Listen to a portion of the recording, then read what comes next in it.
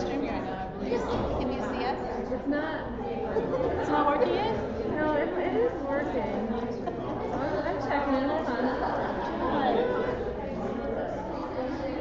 Oh yeah, you all are up. We're in a little bit of delay, so that's gonna be on. It is? Or you just do it, he'll be on. Just so you know. Are you guys ready?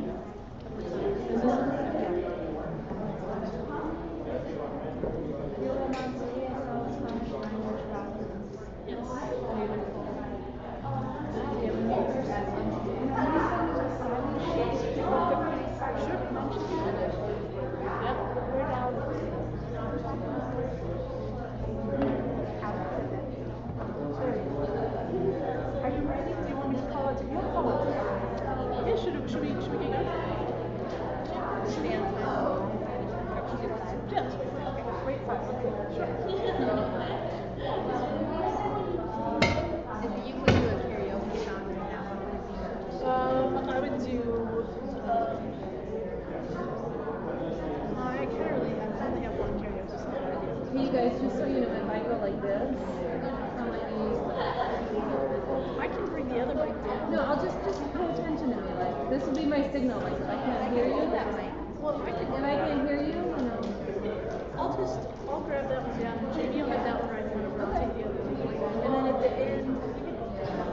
Yeah, that's what I was going to tell you. The Q&A, we couldn't hear any of the questions. So if you could repeat the questions. Well, we're going to send the mic down. Okay, that would work. But during the thing, we can use each our own mic. Someone's going to end this, so I'll just grab it on my mic. Or actually, I'll tell you.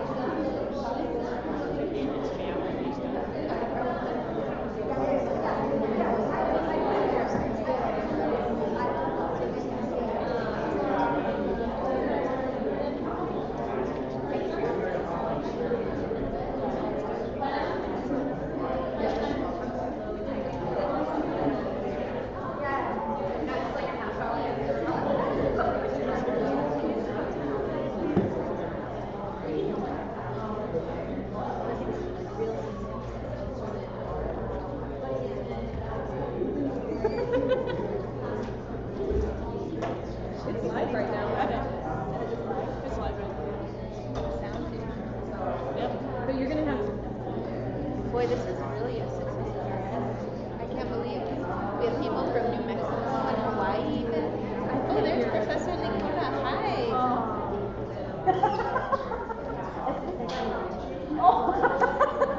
You do know it's live. Yeah, I do. Did you get that? It's on. Did you get my nasty comment? No. Look at it. Oh. It's right there. Thank you. Thank you, dear.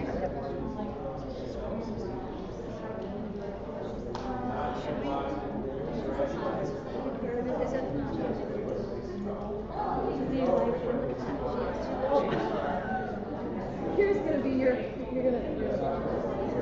Oh, no. Oh, it's on there somewhere. No.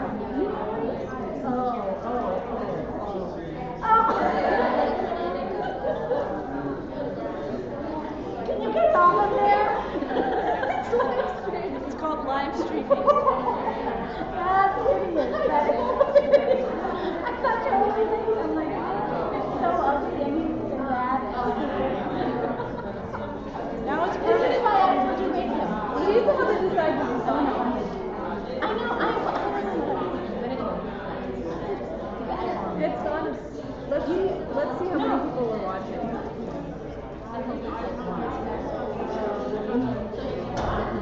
No, 6.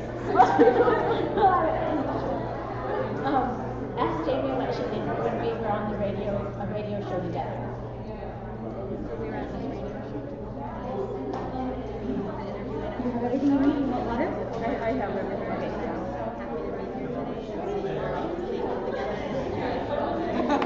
And she's like, no, we're not going to get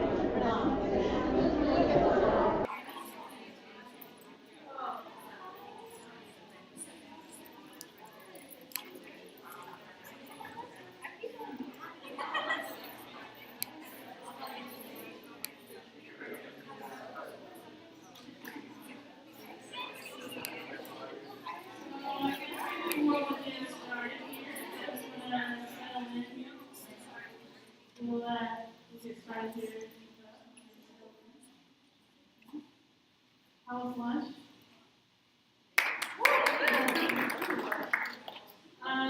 Just a couple quick reminders, of course.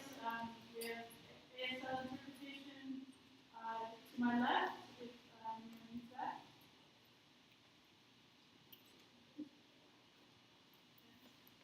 So, you're on the hook again. Good. And then we have Spanish language interpretation here.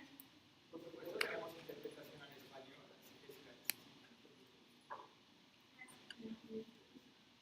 Good. And as a reminder, third floor across from this coffee room, bookstore side is where the gender neutral restroom is. The binary gender restroom you probably discovered there down the hall. All righty. And we're passing the sign-in sheet. Oh, We already signed it. so we have sign-in sheets going around. So Alex is going to begin by introducing our faculty. So Alex, introduce us. Welcome. I am pleased to introduce one of my colleagues, Jamie Lee, and Mark Chavez.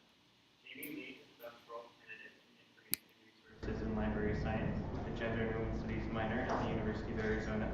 Her proposed dissertation project of queer archival methodology, theorizing practice through radical interrogations of the archival bodies, emerges from her work with the Institute for LGBT Studies to develop the Arizona Queer Archive, the statewide LGBTQ archive. The AQA's cornerstone collection and programmatic focus is the Arizona LGBTQ Storytelling Project, which Jamie founded in 2008 as Arizona's first LGBTQ archive and queer oral history collection. Following archival literatures that have traced archival theory and practice from the modern to the postmodern, Jamie's dissertation project will argue for and instantiate an archival shift into the posthuman, the call to radically redefine human and non-human as bodies, stories, and practices that are simultaneously becoming and unbecoming within multiply situated locations, identities, technologies, representations, and timescapes. In order to develop a queer archival methodology, she approaches the archives as embodied and therefore will use the body as a framework to imagine and understand the archive as a body of knowledge, and importantly, a body of multiple knowledges that does not and cannot fit into normative and stable categories as dictated by dominant discourse and ideology. She is an alum of the Knowledge River program. She has worked in film and TV since 1991, has produced and directed award-winning social justice films that have screened worldwide. She values the power of storytelling, the everyday experts and everyday stories that constitute archives. And Karma Chavez is an associate professor in the Department of Communication Arts and affiliate in the program in Chicana and Latina Studies and the Department of Gender and Women's Studies at the University of Wisconsin-Madison. She is co-editor of Standing in the Intersection, Feminist Voices, Feminist Practices, and author of Queer Migration Politics, Activist Rhetoric, and Coalitional Possibilities. Karma is also co-founder of the Queer Migration Research Network, a member of the Radical Queer Collective Against Equality, and Wednesday's host of the radio program A Public Affair on Madison's community radio station. Today their presentation is entitled Building Community Through Querying Our Histories. This conversation between Lee and Chavez will discuss Lee's work building the Arizona Queer Archives, as well as Lee's innovative methodological and theoretical approach to archiving. Chavez will also ask questions relevant to her development of the queer migration archive. Please help me welcome Jamie and Karma.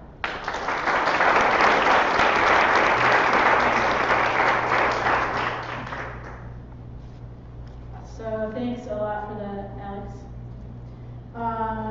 So this conversation is gonna, as Alex mentioned, I host a radio program, and that radio program is essentially, it's an hour long every Wednesday, and I do an interview usually with an expert on something that I think would be fun for people in my community to hear about. And so as Jamie and I have been talking over the last few months about what we might do for this, I had the idea that kind of doing it in that sort of style would be really cool. And so I've got some questions that I'm going to pose to Jamie, and then we're going to kind of have a dialogue. But really, Jamie is the expert on this, and I really want to learn about archiving.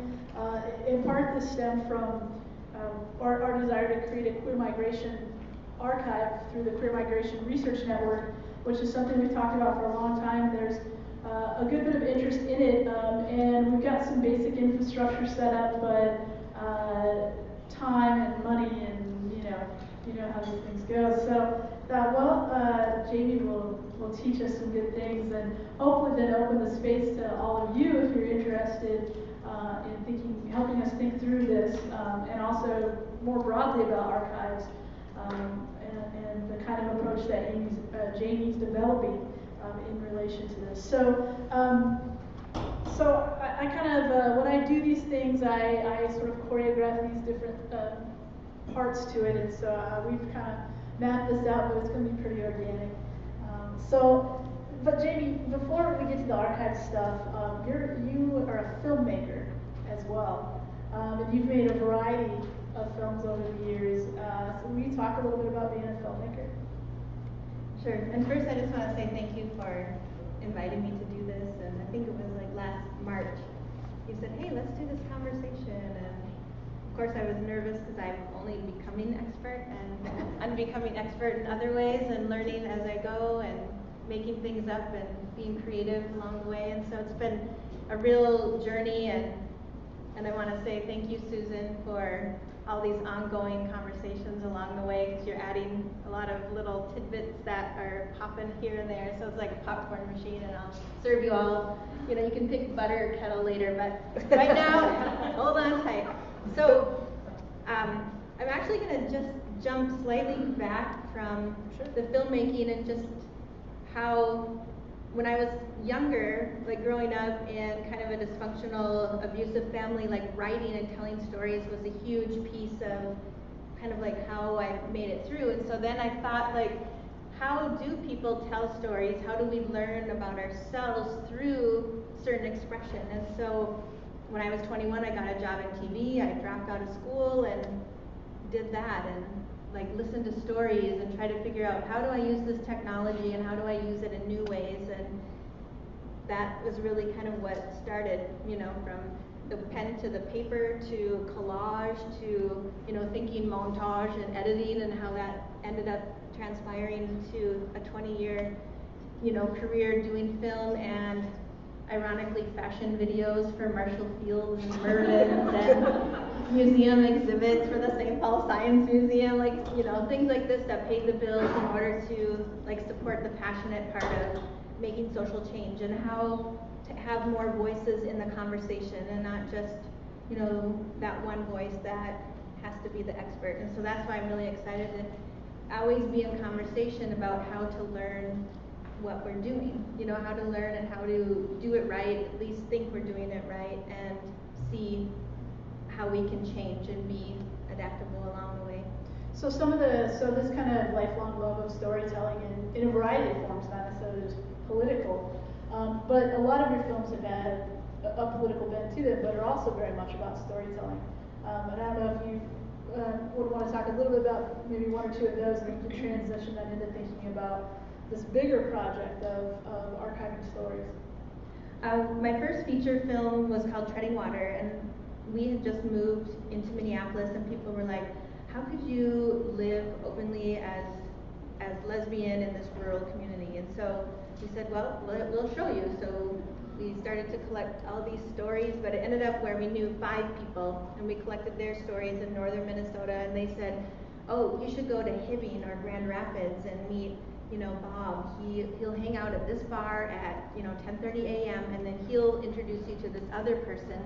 So it became a year-long snowball effect, and we had a lot of hot dish and sleeping on people's futons. You might explain what hot dish is for this Southwestern audience. Well, it's basically boil your pasta for 20 minutes. No, just kidding. And so it's kind of like tomato juice and pasta and hamburger and onions, and then there are taters, hot dish. You could have green beans with it, and good old cream of mushroom soup. So glad we just had lunch because I would be hungry otherwise. So, you know, this film really took us around to different places, and I learned so much just about my own assumptions, and it seems every film I'm faced with what I carry into it. And you know, the second film we were looking at the lesbian Lutheran minister Anita Seahill from St. Paul Reformation Lutheran Church. She was a part of the Evangelical Lutheran Church in America, and her congregation ordained her against the ELCA's regulation. And basically she said, I don't want to dump my partner of 10 years just to be a pastor, so what can we do? And so the church said, all right, we'll do it, we'll figure it out. So we traced her for like 2 years, following her through different aspects of what took place in the ELCA. And in 2009, they finally passed, you know, a rule that said, well, LGBTQ people can be preachers and not have to take a vow of celibacy.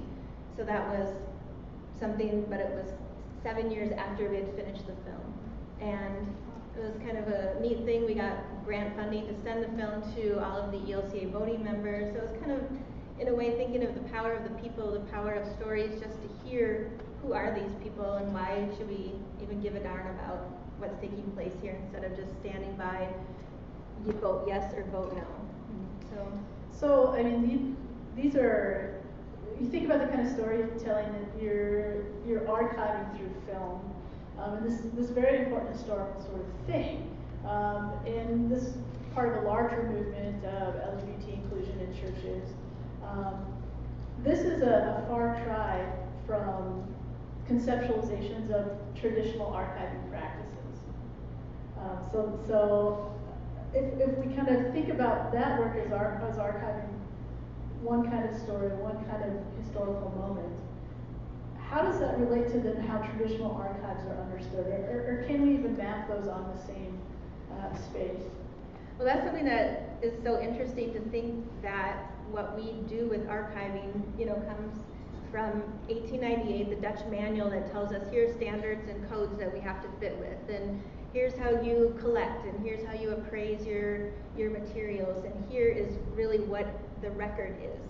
So that still carries forward, even though we've had different movements with like the social history movement and oral history movements, the feminist movement through the late 60s and 70s, which incorporated oral histories and adding more voices to the archive. But it seems even today there's still like an archival ideology that thinks, you know, holds on to this 1898 perspective of like state and nation government record keeping as the archivist being this objective and neutral, you know, keeper of society's record, and not someone who actually shapes the record by how we select, or even, I'm going to put this here, but that has meaning, but no one, when a researcher comes in, they take a look and they look at it and they might not notice, well, it's not a part of this, so what does that mean? So just a kind of background question on this 1898 Dutch manual. It was meant specifically for governments who were archiving, or what was the purpose of this sort of document? Well, at that time the archives were like state-run government archives record keeping. So it had like primary and secondary value of the paperwork that the government would produce.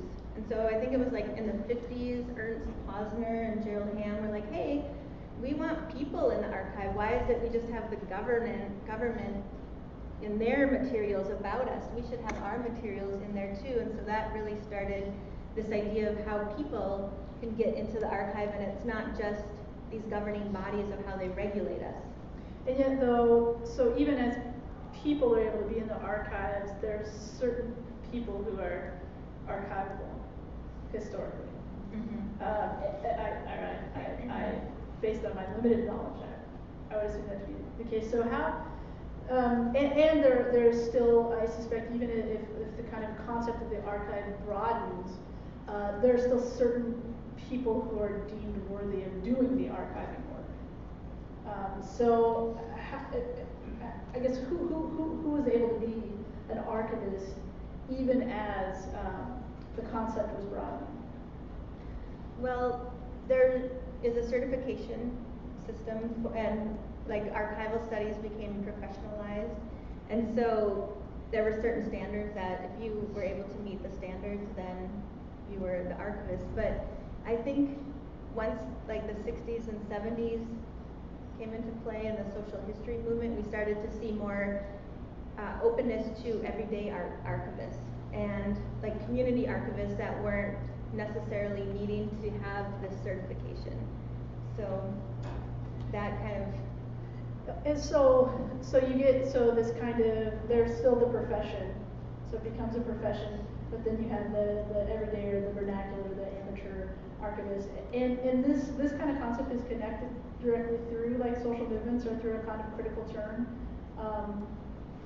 more broadly in the academic discipline, or is this stuff that's separate from the kind of the professional community?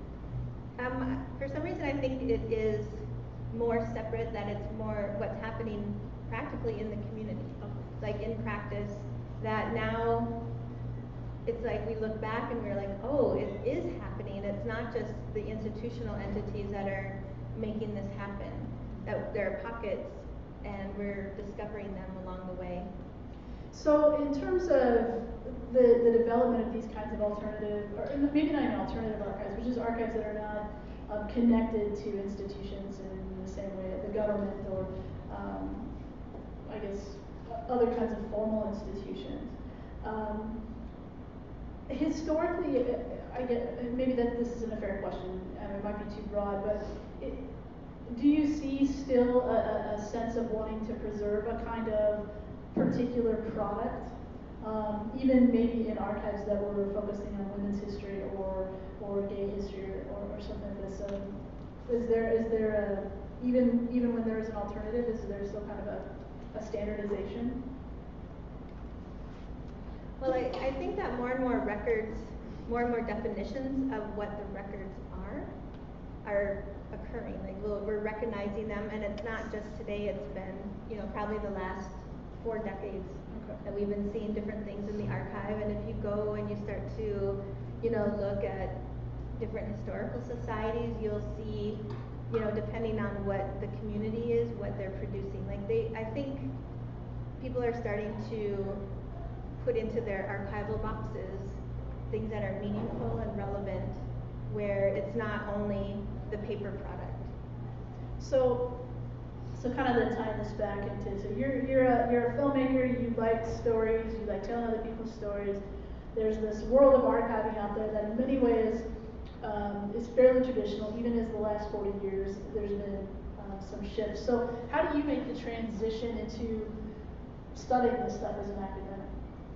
Like personally, how did you get into where you're at? Well, when I was working on the Arizona LGBTQ storytelling project, I had tins on my desk, and it was like filled with videotapes, and I realized I don't know how to make an archive. I've never done it, so what do I do? And so Adela and I, we met with Ethna, and she said, hey, you should meet this person, and Gregory Anderson, he can help put something together. And so that was when iTunes University was coming out, and so we created a little podcast there. But it wasn't the same. You couldn't find anything. It wasn't searchable with keywords or metadata. So you podcasted some of the interviews you had done for the LGBTQ storytelling project. Mm-hmm. So maybe let's step back a second. So how did you get involved with the LGBT storytelling project? Well, when my partner and I, when we moved here in 2007, I didn't know any queer people. And so I heard Wingspan was the LGBTQ community center, and they were having an annual dinner. And so I volunteered, and I became a door greeter with 2, I think he was probably, MJ was probably like in his late 60s, early 70s, and he told me there was a need in the community to collect the stories of some of the elders as they were passing, and it was urgent. And so I went home and I did a little research and found that the Alliance Fund had a grant available. I wrote a grant and got the funding in January 2008 and just started the project with working with seniors. And so one of the things that I carry into my work as a social justice filmmaker is the idea of social justice media and how, even though we have these tools of video production, it's our, in a way, our duty to train everybody how to do it. It shouldn't just be that I have this expertise. And so I was training seniors on collecting their stories, and so we had people interviewing each other, and it wasn't, necessarily my project. It was a community project. So this has now been the storytelling project is this Tucson? Is that one Tucson specific, or is this Arizona more broadly? It's Tucson and some Phoenix. Okay, so that project now has been going for about 7 years. Mm-hmm. And how many stories have you collected? Total, I would say over 100 stories. And of course, that's you and your team of about 25 volunteers who do these interviews? Yeah, we probably have, I would say, 10 volunteers doing oral histories, and then others are helping with the physical processing of the Arizona Queer Archives. Okay, so I want to come back to this point about like a community doing this work together, but come back to the Arizona Queer Archives. So how do we get from the LGBTQ storytelling project to the Arizona Queer Archives? Well, Susan Stryker arrived in Tucson, and she called me up and said, "You want to have lunch?" And so we had lunch, and she said, "So I heard about your storytelling project. How about you make this archive? I want this archive as part of the Institute, and I think, maybe you could roll that in." And so I migrated that in the first year, and we've been working together building the Arizona Queer Archive since.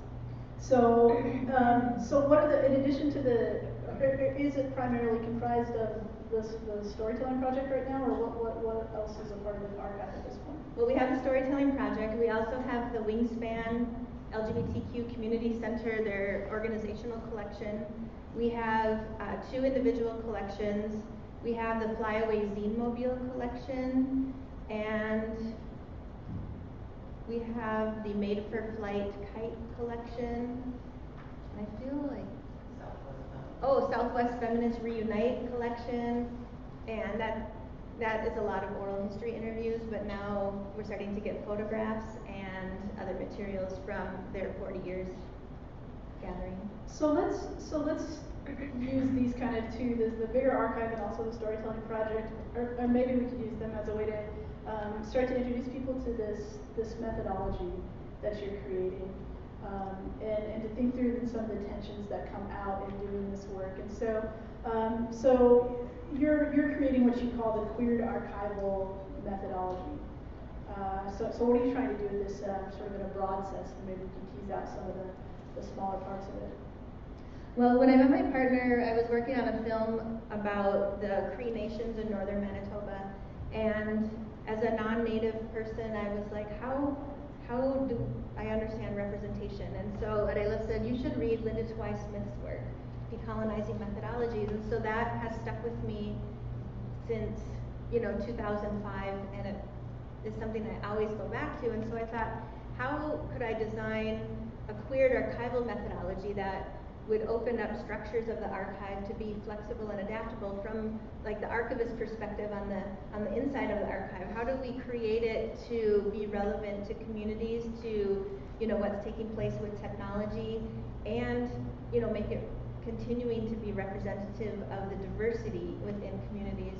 And so with the methodology, that's my last chapter of my dissertation that I'm writing, I think right now. I'll go home tomorrow and get back to writing it. But it's really like one of the main focuses that I'm building on is this idea of a participatory ethos. How do we understand participation in the archive so that we have your hands are in it, and Sarah's hands, and Siobhan's hands? Like, how do we see it come together as a production? And that's where I think that's a key to understanding relevancy. And if we could think of this archival body as needing like an annual checkup, or just like a performance review type of thing, how could archivists and staff and community archivists come together and take a look at this archival body and say, what are we doing? What's working, what's not? Where's the flow? And to really like reimagine what the archive can do and perform, I think, and be for the communities.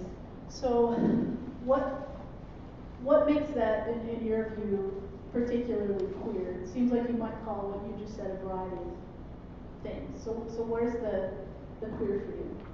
Well, one of the things I'm really interested in is the idea of queer as the verb. How are we subverting, some of the more conventional and traditional concepts of what an archive is, what a record is, what is the archivist's role? And so if we see that as an act of doing something, we can feel that the archive and see how it's an ongoing production. It's not a static, dusty old thing that's just standing there and it's going to support X, Y, and Z forever. Because that support might not be what we need, in 30 years or 50 years or 100 years. But how do we see it being a flexible piece that will adapt to what users will want and need, and also what communities will want in their representation? So I wonder if we can concretize that, because I'm with you on this kind of definition of queer and thinking about queerness as a verb, and I think that's very productive, particularly when we're thinking about applying to something that is often imagined as static. So whether it's an archive as a thing or archiving as a process, which is simply a means to get to that thing. So to sort of disrupt that.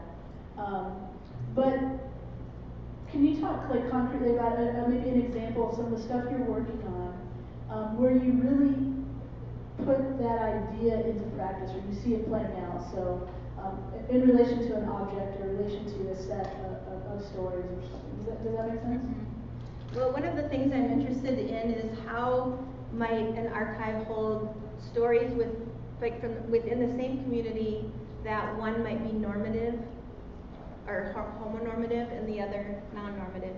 How could they hold that in a delicate tension so that it isn't always like the one that is more homonormative gets the front page of the virtual archive? How do we understand that all stories are valid and valuable?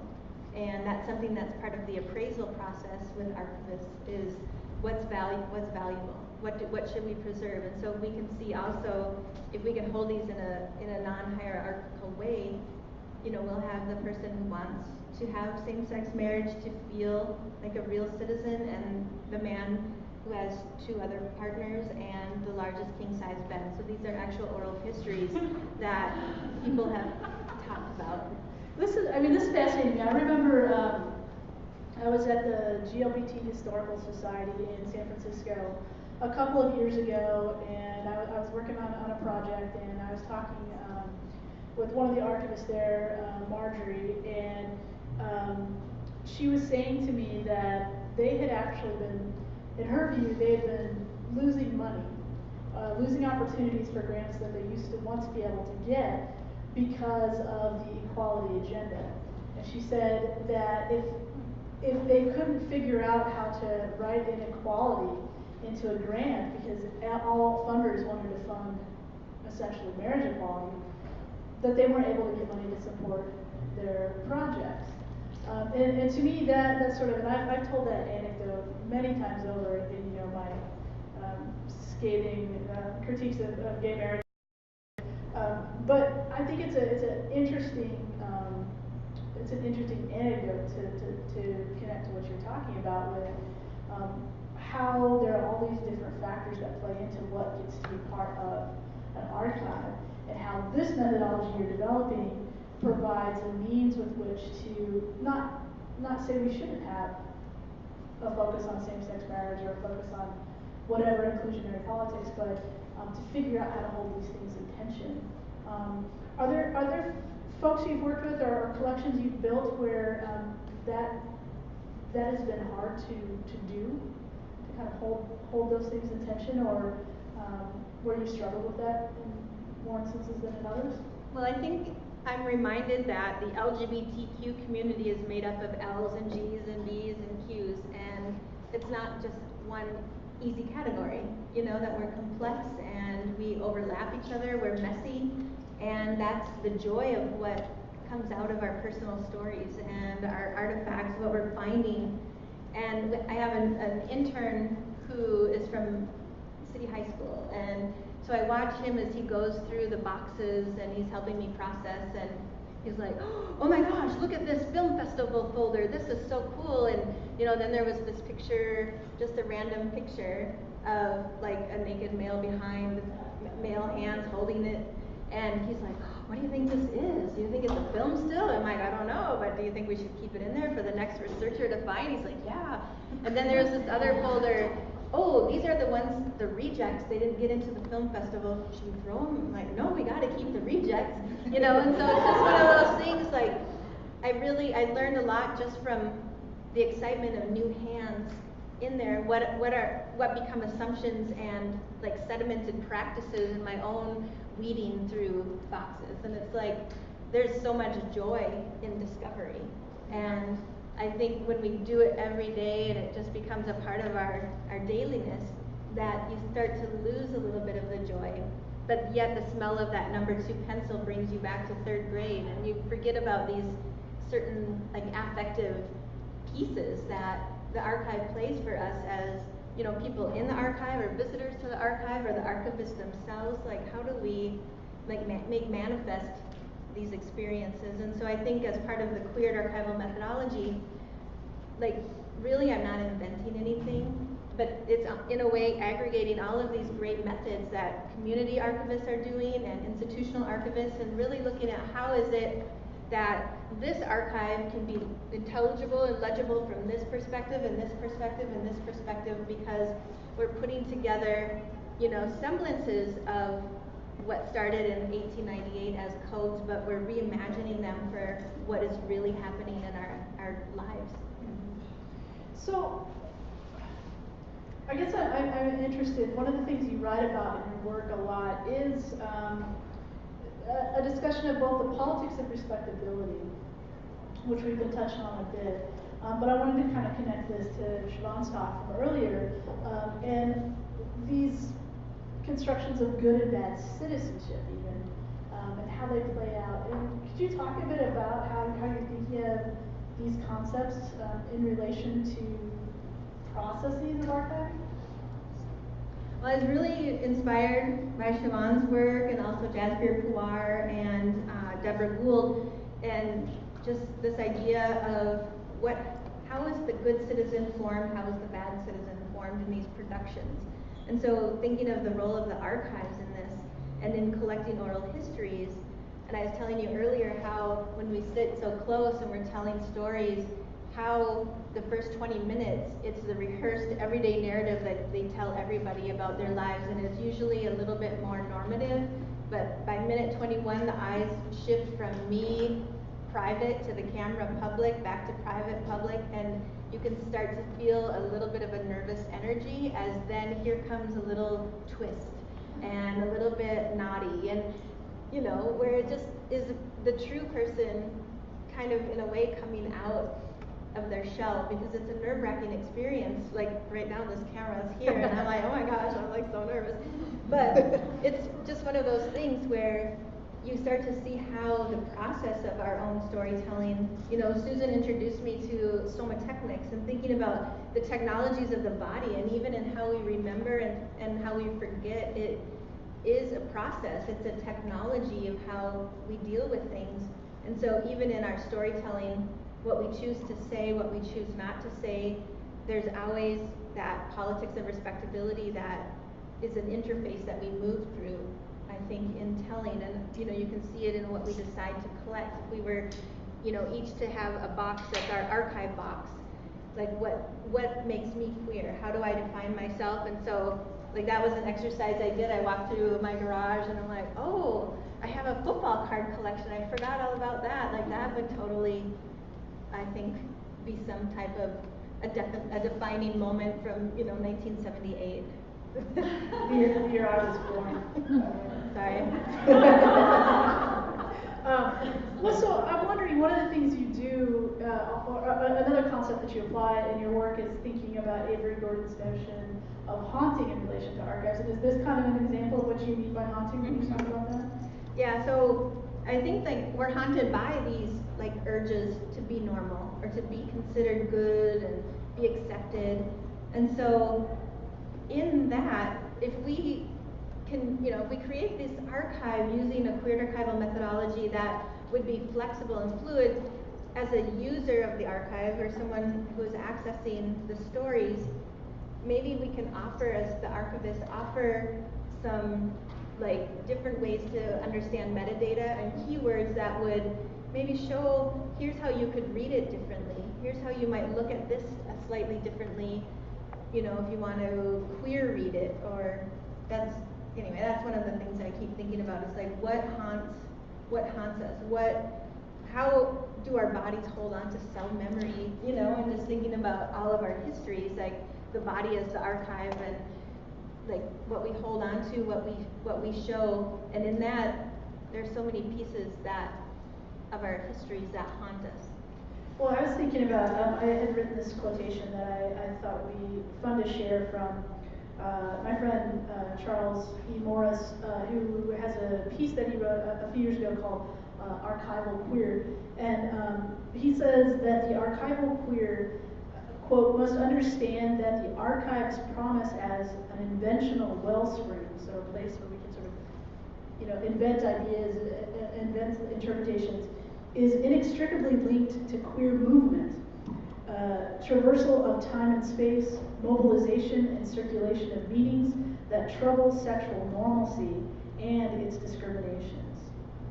And I feel like that connects a lot to this idea of the haunting, in that part of the task also is for when we encounter archives as queers, recognizing what may have been present and what may have been suppressed or removed altogether, and sort of bringing a certain kind of understanding of that through our own maybe experience as queer people to the archive, even if something doesn't seem to be immediately there.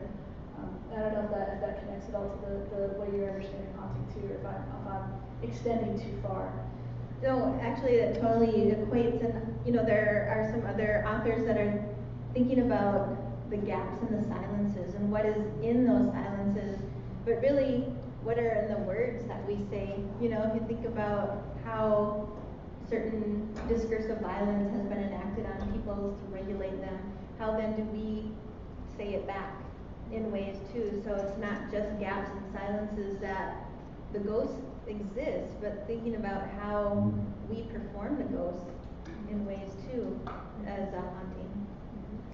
So this kind of leads me to the what I think is the big upshot of your work. So if we take this queered archival methodology seriously, what it leads us to, I think, is to what you call archives as radically open spaces. To use Adela's term, we might call them third spaces. And I wonder if you would talk a bit about what that means, in again, kind of concrete terms. Well, yeah, I was inspired by Adela's work and also Bell Hook's thinking about how can we make spaces where creative juices can flow instead of, thinking about an archive as stagnant and static. Like, how do we see that it's not stale, but something fresh and like generative?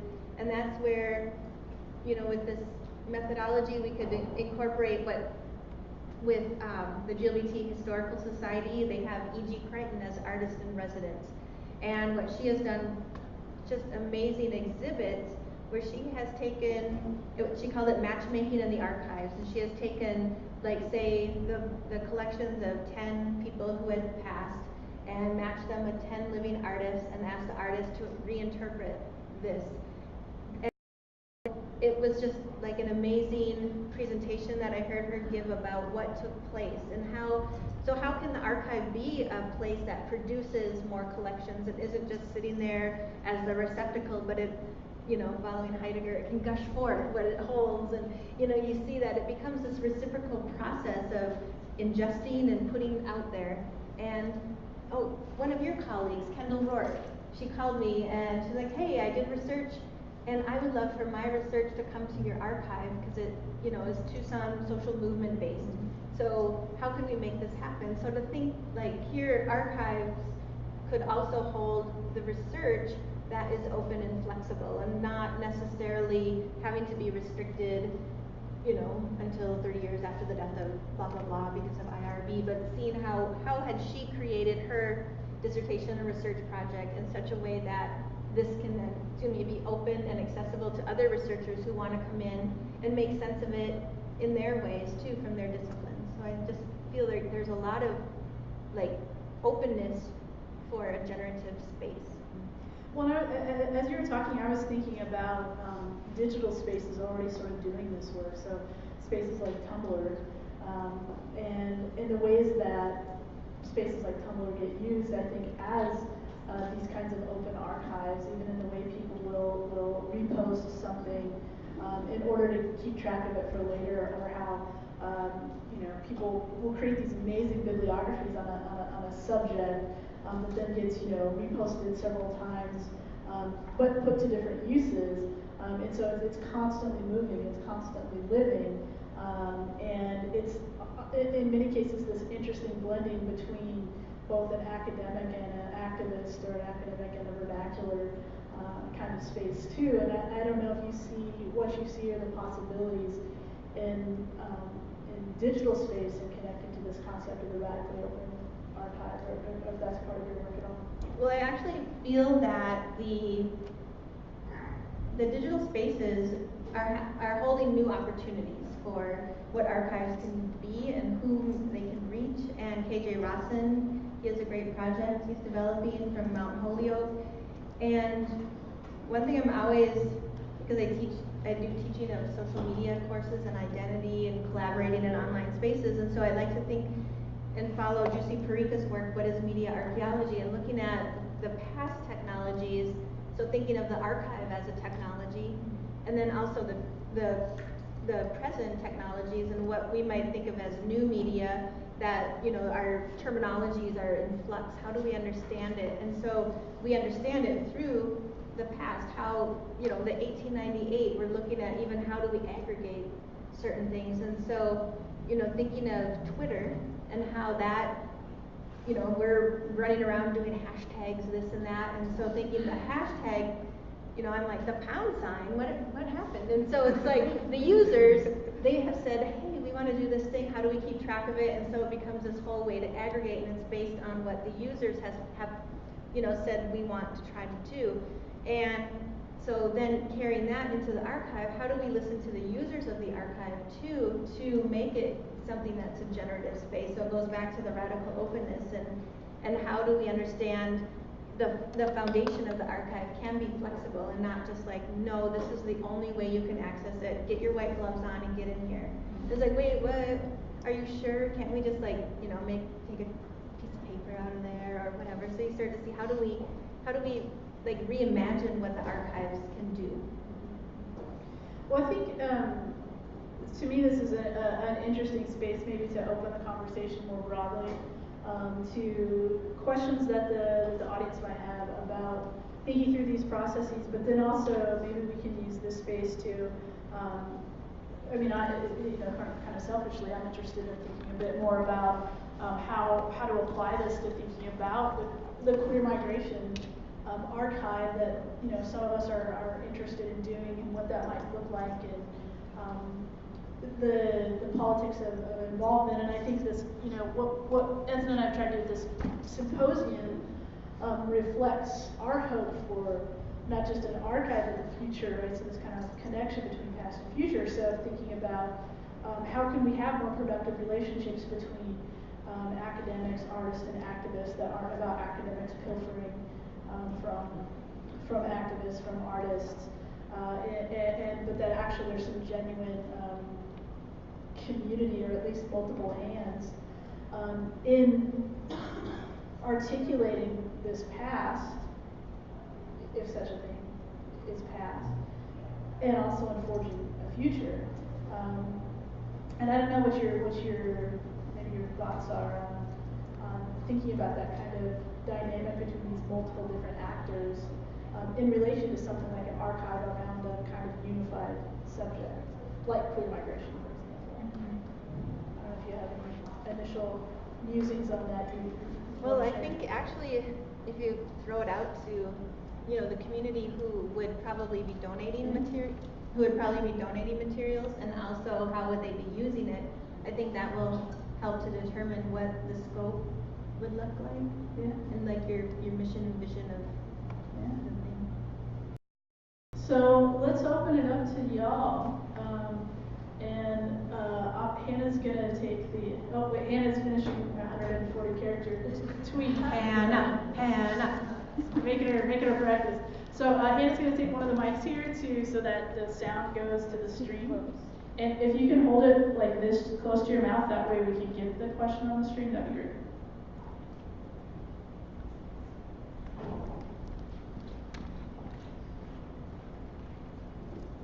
That's nerve-wracking. Thank you so much. That was really wonderful and suggestive. And as I've been sitting here, I've kind of been thinking about what recently happened with the Irish History Archive, which is also an oral history archive at Boston University, and the ways in which the sort of desire for radical openness and some of the, I think, impulses that you're charting there, in that case, sort of, that archive was not able to guarantee the things that they had sort of promised to their interviewees, and the Irish government came back and said, hey, America, can you put this kind of sort of, we would like to extradite some people based on this archive. And obviously we're not talking about interviews with IRA members, but I think we are talking about archiving for and in the interest of a historically vulnerable population. So I guess I'm wondering if you could speak a little bit about the concerns of sort of accommodating the radical openness that you want to the concerns of that vulnerability. And that's one of the things I need to redefine then what radically open means, and it isn't necessarily open access, free, you know, like free access to wherever you are, you have access to it.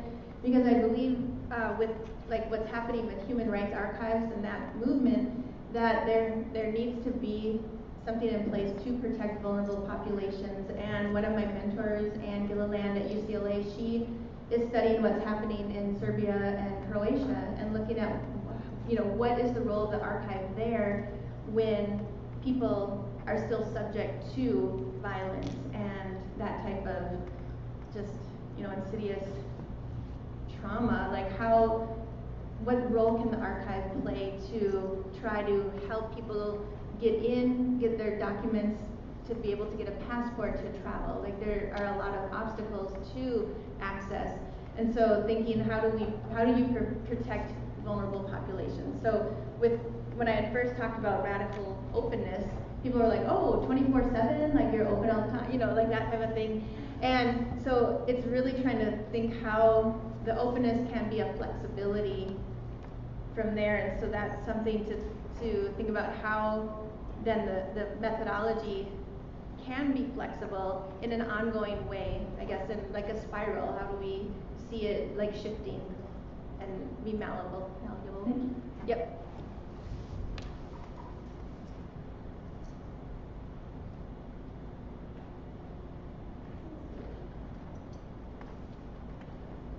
I was thinking about this question. I love your project, Jamie. I think I've told you that about a million times. But like when you're thinking about an archive for queer migrations, how do you take into account these different kinds of processes of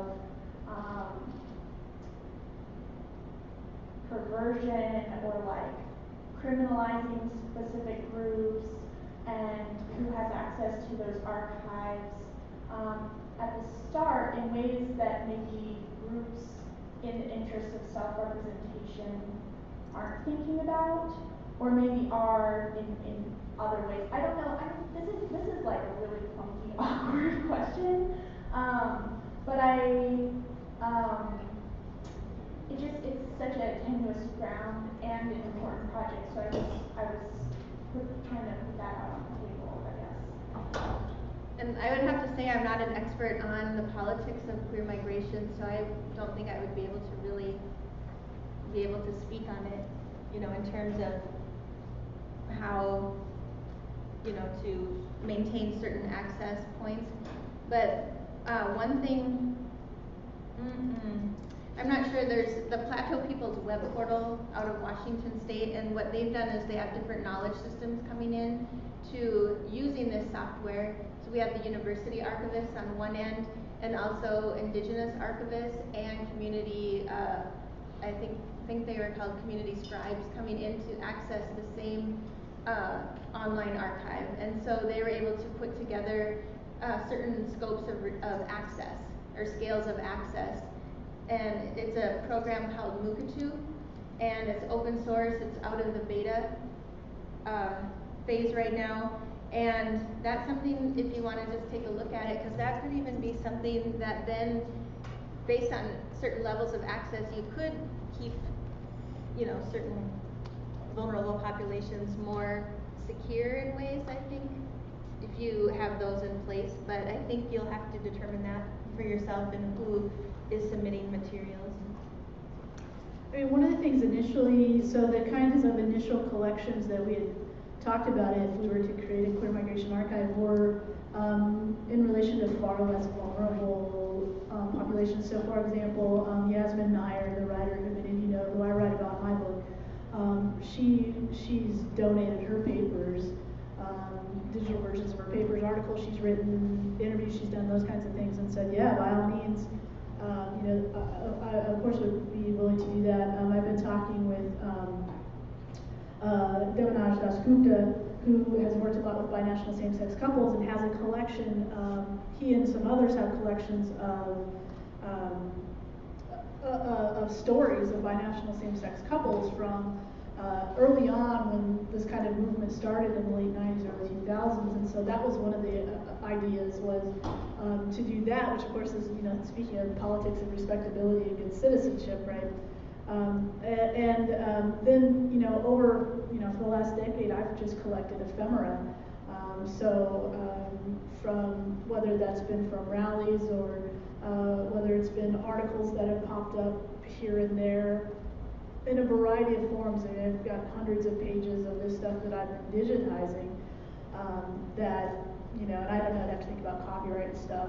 And then the other big piece we have is I had research assistants go through major gay publications and pull make PDFs of any article or quip or story that was about queer migration in some form.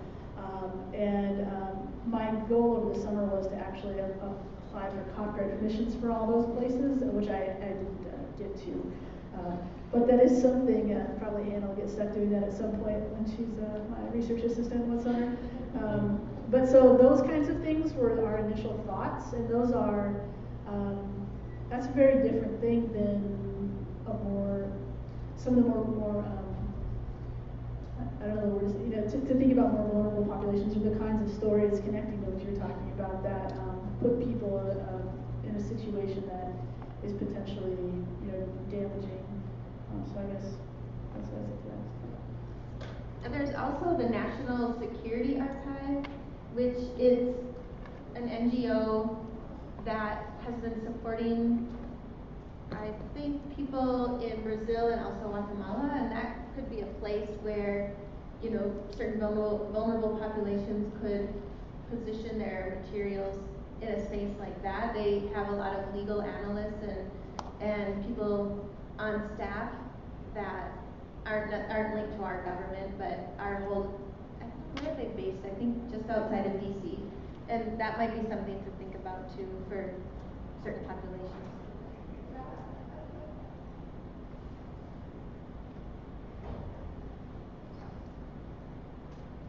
I just wanted to thank you for the conversation and also point out a tension that I heard in what you presented. On the one hand, I heard you say that the archive, the queer archive, should be a place where the community gets to define itself, right? Tell the stories it wants to tell. And then on the other hand, I heard you say that the archive should play more of an interventionist role in making sure that hierarchies that might exist within our communities, for example, the erasing of the L or the erasing of the T, are reversed. And so could you talk a little bit more about if those tensions in fact have emerged in your work, right? That maybe the full inclusion of the stories is something that even within marginalized communities, there's still some stories that we don't want to be out there. And so how do you navigate that? What's the archivist's role in navigating that? That's a great question. Because one of the things I've been really thinking about is just how multiply situated we are. So maybe me saying a community defines itself should be many communities are able to define themselves within the archive. And so the archive, with its structures being flexible, can be an intervention in more of the normative structures of archiving, and not necessarily, it has to intervene in homonormativity, but it can, through its structuring, create this way of having, I guess, equitable accessibility, and not, trying to just hold that one story as the story to represent, the Arizona's LGBTQ populations, when really it's many stories that need to be represented. So I hope that answers your question.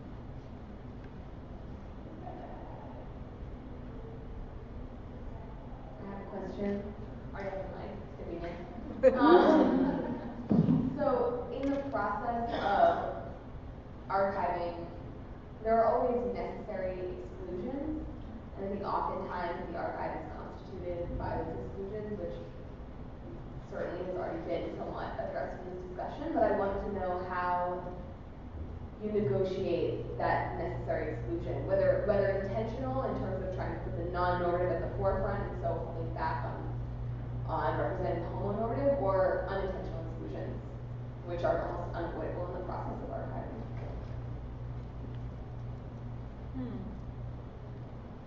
Because I think we include a lot, except a lot of duplicates that would be more in the physical collection, where we'll get boxes that have like 1 million documents of the same, and we'll just keep 5.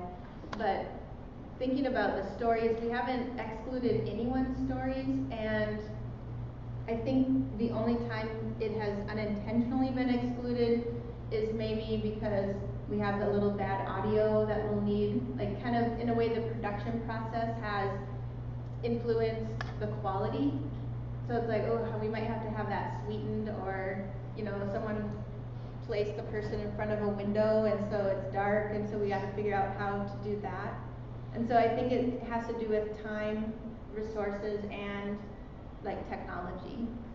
That would be more of the unintentional exclusions. Otherwise, I think all of the stories have a space. Yeah, I guess I'm kind of thinking about the things that don't even make it to that point. Like, how do you even take that into account? Does that question make sense? Like the stuff that was left in unit number 51 that or just stories that don't get told, or don't ever make it to the process of being archived. Or don't get past the archivist. Right. I'm sorry, say it again? The things that don't get past the archivist. If I'm donating my papers, I make choices about what I choose to present to you or not. And let me say, as somebody who's worked in the archives now, I'm horrified about my papers making it to the I'm very paranoid about what's going to survive me. So I think people make choices about what they present before it even gets to the archivist to kind of flip through. Yeah, I know that's kind of almost an impossible question, but well, one of the things that I've done with a couple of people who wanted to donate their collections, I've met with them and kind of in a way did a pre-interview about what they feel is in their collection, and they're like, oh, you probably wouldn't want that because I spilled coffee on it. And I'm like, oh no, coffee is great in the archive. And so it's just really like hearing them move through it. So it is almost like it's a thinking process that the donor goes through, and if someone could be a steward of that, and that could be anyone in the community too, like sitting with someone and saying, oh Bob, you got to put that in there, even though that, you could even say, I want that to be restricted until 2015 or whatever. Like people are able to put that in on their deed of gift. And so one gentleman, he donated 6 linear feet of product of his materials, of his artifacts, and my high school intern went through that, and so yesterday Ezra told me all of the stories and the things he found, and I don't understand. There was a Davy Crockett coonskin cap. Like, what was that about? Anyway, it was just, interesting to think like, what is meaningful to people? And so, if it's not meaningful to them, then it might not be necessary to be meaningful to me as the archivist or the archive. So really, I think it's determined by the donor themselves, and that's something to think about when you put your own box together. How do you determine what represents you in certain ways? Well, I wanted to ask you about something we were talking about before that I think speaks to the point that Hannah's making, is about when you started doing the storytelling project. The people who were so excited to come forth and tell their stories, of course, were white men. And it took several years before women even started to come to tell their stories. And so this speaks to, so who even thinks of their story or their materials as worthy is part of what dictates then what ends up. And that's a barrier that, is there a way for archivists or people who are doing oral history projects to maneuver around those kind of psychological or ideological barriers to what is worthy? Well, I think that becomes part of the collection policy. How could you create a collection policy that is active in finding these stories? And how do you create maybe even like a team of people from the community to be advocates for that? And I know my group of people, like where you start to see you live in concentric circles. How do you make the connections in the community to really start to develop a certain networking and trust? And so you rely on your advocates. And Alex, you designed some beautiful postcards, and even just having like some type of material that has your name, and people go, oh, that must be legitimate if they paid the money to have a postcard made, or where you start to see how do people determine how they would trust the organization too. And did I answer your question? Okay. So I think that's one of the things, and also just being in constant conversation is a key. I'm going to ask you a meaningful question because I'm learning still about archiving. I really loved your conversation. That was great. Thank you both very much. In some ways, like Jamie, I love because you grow from communities and issues and needs.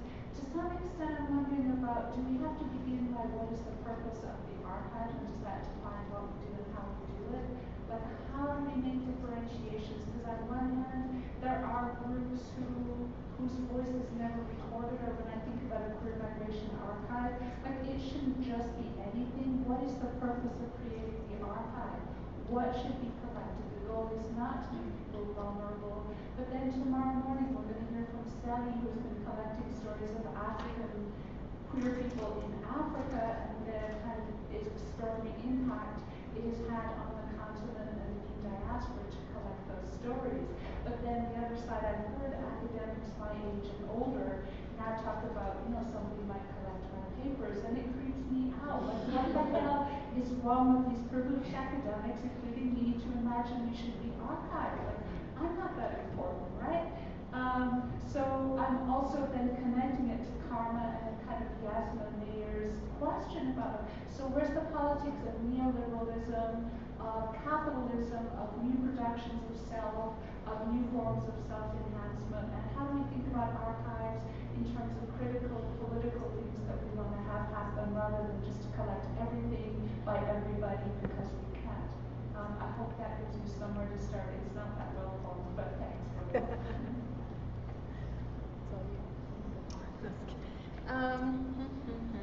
Well, one of the things is we have appraisal as one of the key tenets of being an archivist. And so with that, it becomes like this system of what the records are that you'll be selecting, how will you select records, and how will you preserve them. And that is part of your mission and your vision of the archive, which is totally what you were just mentioning. And then from there you can determine what is your collection policy. And for the Arizona Queer Archives, we held community meetings, and through those meetings, that's how we came up with the mission and vision and the collection policy, to really talk about what materials are out there, what do you want to collect.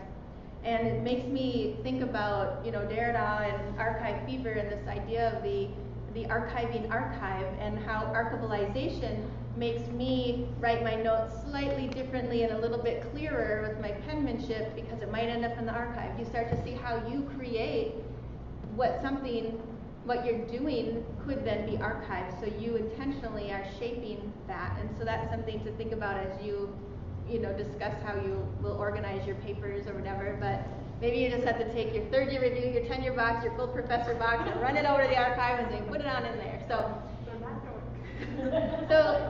there are different processes in doing it. And so I think if you kind of put it into a scope, a greater perspective, and include the people that you're supposed to be representing, and also the people you want their hands in the work, like how then do you make this map that you'll enact together?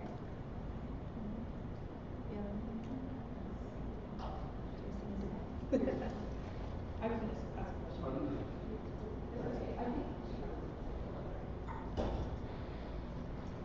Just to go off that question, I'm wondering, I think your question speaks to some things that I have in my mind, and so I want to push the conversation to, I guess, organization, right? Like the moment of contact. So, the moment of contact when you go to visit an archivist, or the person who, you don't know anything about a collection, an archivist is going to be the person who's going to give you your leads, right? So this brings me to thinking about how do we reorganize organization to kind of not, because I was hearing a lot of kind of conversation around binaries, right? Like non-normative versus homonormative, right? So the idea is to privilege non-normative configurations and to deprivilege homonormative, and this kind of requires a shift in how materials are organized so that the archivist, the point person, right, can lead you to materials that, are under more broadly defined kind of configurations, right? So say if I want to find know more about, same-sex relations of people of this time period, maybe like 20 years from now, right? Like the ways in which they're categorized is what's going to lead the archivist to give me the lead to look for something based on geographical location, right? So knowing a little bit about your project, I'm thinking this is what you're trying to get at, right? Like part of it is that reorganization, right? Kind of, because if we can't change how an archivist, the lead person that we go to, kind of, or librarian that we go to talk to, has particular ideas around sex and sexuality, and that's already kind of the stop, right? That kind of puts an end to, or kind of changes the lead that you can take to wanting to do research. So can you talk a little bit more about like, the actual ability to intervene in how materials are organized at the level in which you go into a database and you look for whatever it is you're looking for? Does that make sense? Mm-hmm. Well, one of the things that I think is really important is in this idea of a participatory ethos, how do the community members help in creating subject heading or metadata and description. And so Adela has been working with her RCTE students on annotating the zines, the flyaway zine mobile. And so thinking if we have annotation from people who are zinesters themselves and queer, how do they name and describe, and then how is that in our Dublin Core archival elements to be accessed? And so in a way it falls on the whole production of the archive and not the archivist as kind of the tour guide. The boxes should have container lists and you should have finding aids, but these finding aids are made by people who have assumptions. And so that's where, how do you create, here's our metadata scheme, and so see how you can do this. So that's where if the community comes in, then we have certain ways of naming that will fit, what Arizona consider certain things and not versus, Texas or Nevada. You start to see how it is regional. There are certain dialects and, neologisms here that are, relevant for the place and the people here. So I hope that answered your question. Yeah. I had a kind of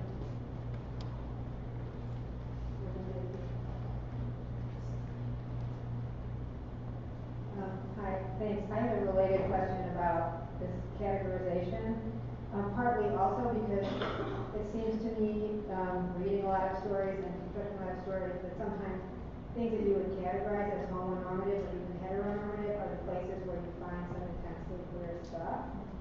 So I'm interested in sort of how you manage to do that, and also it seems like it would be just great to have some way to have the history of how people made those, not necessarily like biography or whatever of the people who are dividing or making those categorizations, or some history of that also in the archive. And I just think of two examples for me of places where one where I got to find out something, and one where I would love to know more stuff. And one is that when I was working on these Ellis Island photographs, I had written something about this set of photographs of people who seemed to be, by this guy Augustus Sherman, who probably a lot of people have seen his photographs of he's most famous for sort of European immigrants in what would be considered traditional clothing. And he did other things, and I said, a series of people who seem to, photographs of people who seem to have been categorized basically as freaks, which I sort of guessed from, there was a person who came through presenting as male, who conformed to that. There was a 50-pound Russian baby, someone with tattoos. And then somebody contacted me from the Ellis Island Statue of Liberty research thing and said, I divided those things up. I'm the person who cut out, we got this collection from this guy's son, and we just cut up this, I'm so ashamed we cut up this book. But it was really helpful to have a sense of having guessed who it was. And the one other thing, I think it's just exactly an archiving thing, but just as an example that really sticks in my head to get into that, is that when I first moved to Maine in 1990 at the local bookstore, there weren't sort of bookstores, there weren't sort of outfit things, but there was somebody named Barbara, and it was like staff choices, and you figured out, like, everybody knew if you followed Barbara's staff choices, you would get to Vassar, North Carolina, etc.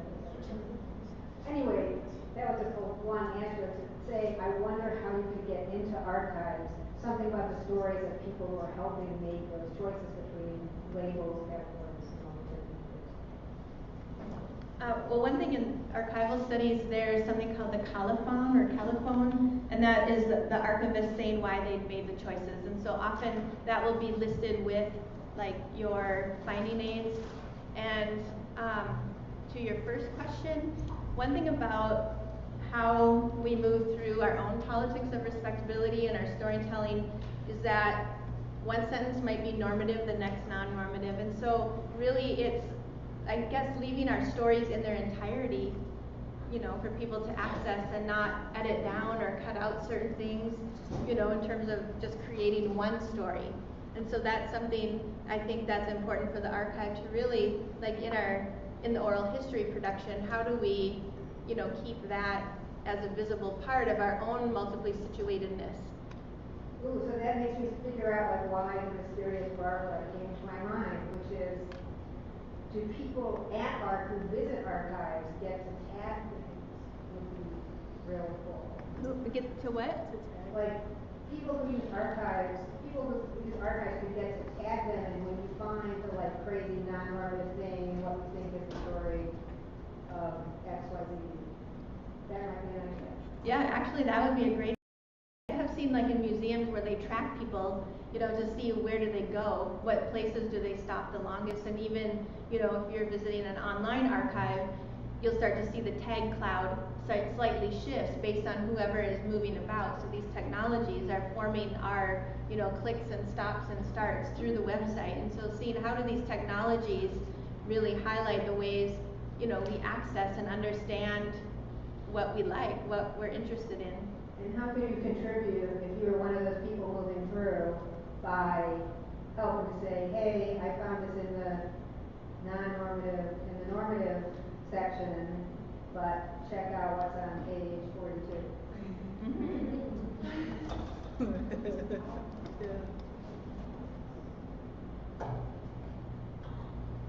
And I just want to say one thing, I'll give you my email address if you have any other ideas about how this, since I'm sure you've all been in and out of archives, I'm just a newbie.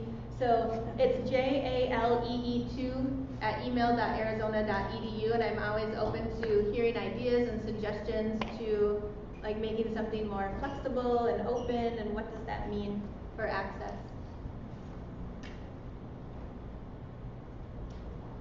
Other questions or comments?